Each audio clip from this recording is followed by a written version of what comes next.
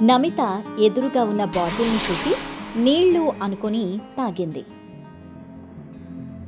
కాని అది నీరు కాదు, మొక్కలపై చల్లడానికి బాటిల్లో ఉంచిన పురుగుల మందు. నమిత ప్రమాదవశాత్తు విష పదార్థం తాగింది.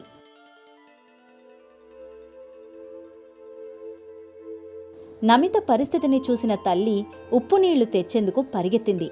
ఎందుకంటే వాంతి చేసుకుంటే సరిపోతుంది అనుకున్నారు.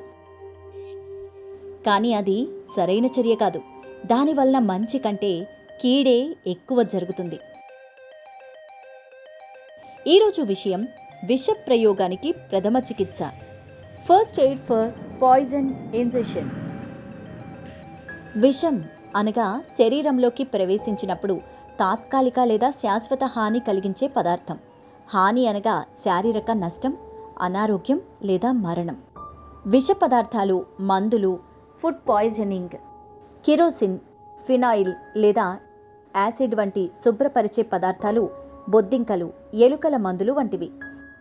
ఏ విష పదార్థం ఎంత మొత్తంలో శరీరంలోకి వెళ్ళింది అనే దాని ఆధారంగా అది బాధితుడిపై ఎంత వేగంగా మరియు ఎలాంటి ప్రభావాన్ని చూపిస్తుంది అనేది ఉంటుంది. విషం తినడం లేదా త్రాగడం వలన కనిపించే కొన్ని సాధారణ లక్షణాలు: వికారం లేదా వాంతులు, పొత్తి కడుపులో తిమ్మిరి లేదా నొప్పి, మంట, ఇది నోరు, గొంతు లేదా కడుపులో వస్తుంది. శ్వాస తీసుకోవడంలో ఇబ్బంది, తల తిరగడం, నోటి నుంచి చొంగ లేదా నురగ కారడం, వణకడం, స్పృహ కోల్పోవడం మరియు అయోమయంగా అయిపోయడం. అప్పుడప్పుడు మూర్ఛలు రావచ్చు. కొన్నిసార్లు నోటి నుంచి వచ్చే దుర్వాసన వలన బాధితుడు విషం తీసుకున్నట్టు తెలుస్తుంది. విష ప్రయోగం జరిగిన, తాగిన ప్రథమ చికిత్స ఎలా చేయాలో చూద్దాం. ముందు మీరు ప్రశాంతంగా ఉండాలి. త్వరగా బాధితుల పరిస్థితిని పరీక్షించాలి.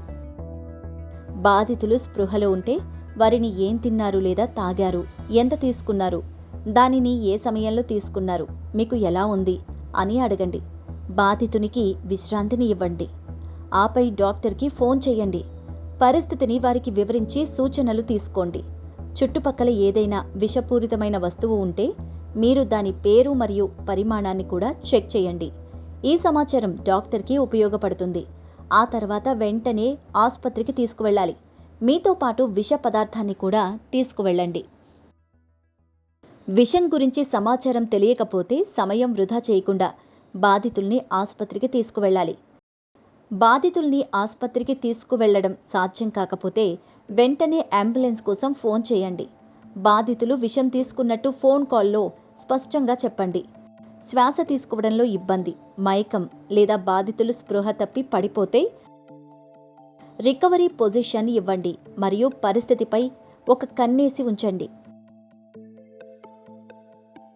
విష ప్రయోగానికి గురైన వ్యక్తి అపస్మారక స్థితిలో ఉంటే గడ్డాన్ని కొద్దిగా పైకి లేపి శ్వాసను చెక్ చేయండి.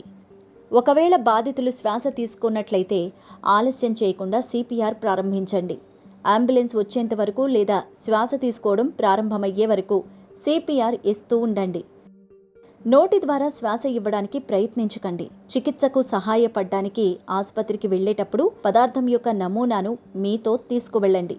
మరికొన్ని ముఖ్యమైన విషయాలు: విషం తీసుకున్న బాధితులకి తినడానికి లేదా తాగడానికి ఏమీ ఇవ్వవద్దు. వారి చేత వాంతులు చేయించడానికి అస్సలు ప్రయత్నించవద్దు. దీనివల్ల విష పదార్థం శ్వాసనాళంలోకి వెళ్లి ఊపిరితిత్తులకు హాని కలిగిస్తుంది. ప్రమాదం జరగకుండా జాగ్రత్తలు: విష పదార్థాలను జాగ్రత్తగా ఉంచండి. విష పదార్థాలు, మందులు పిల్లలకు అందకుండా ఉంచాలి. ప్రథమ చికిత్స నేర్చుకోండి. అప్రమత్తంగా ఉండండి.